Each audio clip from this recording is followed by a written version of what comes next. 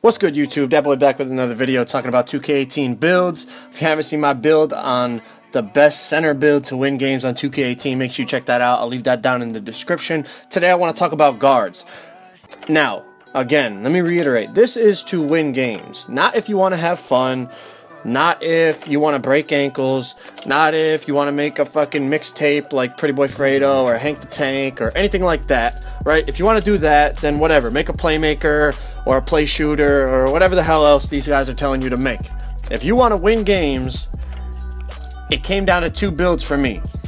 So let's get off this playmaker. The first build was a shot creating sharpshooter. The reasons why. This build is balanced. Like, you can score, you can dribble, your defense is pretty good, you're pretty athletic, all those things. The badges are very, very good. 3 Hall of Fames, tireless, difficult shots, mid-range, deadeye. That is all good. But what I've heard about shot creating builds in 2K18, obviously on these bars we can't see off dribble. What I heard is shot creating builds, everything has to be a shot, you know, fade away and all that. Now, listen, if that's the case in the park on the 2s, you'll be fine. And that's great. This will be a great build for the 2s. But what we know is if you're trying to go anywhere close to 99 and get a really, really good player this year, you got to play with the same player the whole year. If you make another player, that player is going to start out, you know, you're starting all over again, basically overall wise. You don't keep your rep like you did in 2K17. So my point is, if you're trying to play Pro-Am with this build and you have to shoot everything off dribble, it's going to be tough. There's not enough space. There's 4 help defenders. You're not going to be able to shoot anything off the catch and shoot. You're not going to shoot standstill. You're going to have to shoot off dribble shots. Now, like I said, on the 2s, I think this build will be great. But, you know, once you start getting into the full court games, Pro-Am, even 3-on-3, there's more help defenders, less room to create shots. It might not be as good. I think it'll work on the 3s, honestly. In my opinion, I think it could make it happen on the 3s. But anything, you know, if you go Pro-Am, especially comp Pro-Am, you're going to struggle, I think. Now, of course, if you end up being able to shoot standstill, it could work out. But from what I've heard, shot creating builds have to be off the dribble. So right now, I can't say this is the best build. What I do consider the best build, and y'all might call me crazy, might not, is a pure sharpshooter. Simple as that. A pure sharp. Why? Well, let's look at the most important badge there is.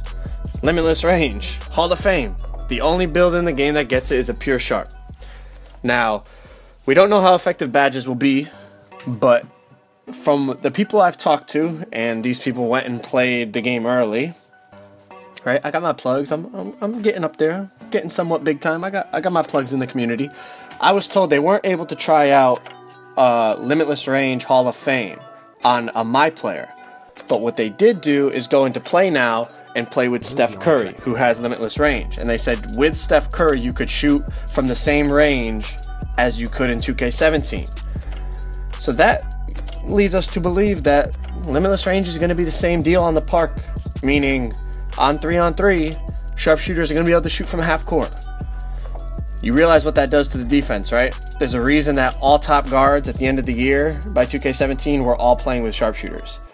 Because then that extends the defense all the way out to half court. Now there's more room to operate. More room for the roll man to get dunks, layups. More room that the defense has to cover on their switches, on their pickups. All those things, and it all is because limitless range, right? If you don't have limitless range, you have to shoot basically standing on the 3-point line, maybe half a foot to a foot behind it. You can shoot somewhat consistently, but Hall of Fame limitless range is a big deal. Now the big question with this build is what height do you have to be to speed boost, blah blah blah blah. I was gonna put the video in here, but I'm not trying to steal people's videos that they got. If you want to see what a pure sharp can do in terms of speed boosting, go check out Annoying's video that he just recently posted. He shows a clip of him trying to speed boost with I believe a 6'5" sharpshooter. And whether you consider it speed boosting or not, for me, the guards that I play with, I know they're good enough that the way he speed boosted in that video is enough that we'll get open. That we'll get open looks, that they'll get good shots, that the big man will have to step out to pick up on screens and I'll get dunks on the roll, or if we're playing threes, the corner man will be open because, you know, they're going to have to help.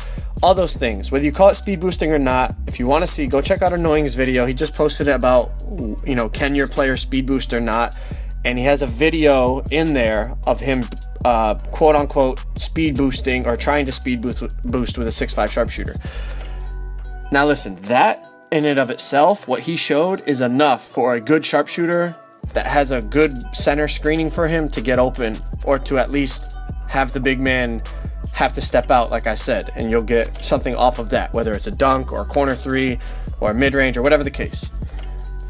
So those are the main reasons that I'm gonna say pure sharps are the best build this year. If you disagree, that's fine.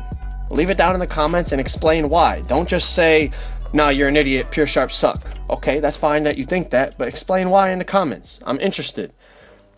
You might say the only good stats a pure sharp has is shooting, but you got to look at it.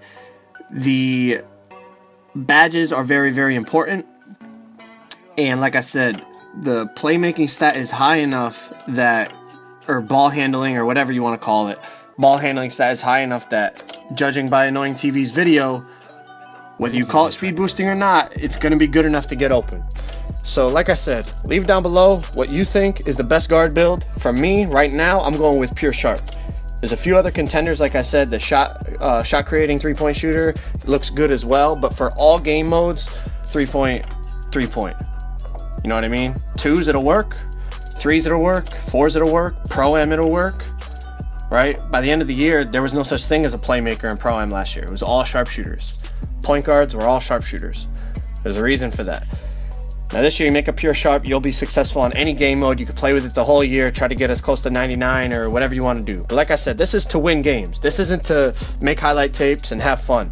This is the best build to win games on the park. If you haven't seen my center build video on the best build to win games on the park with a center, go check that out right now. Links in the description.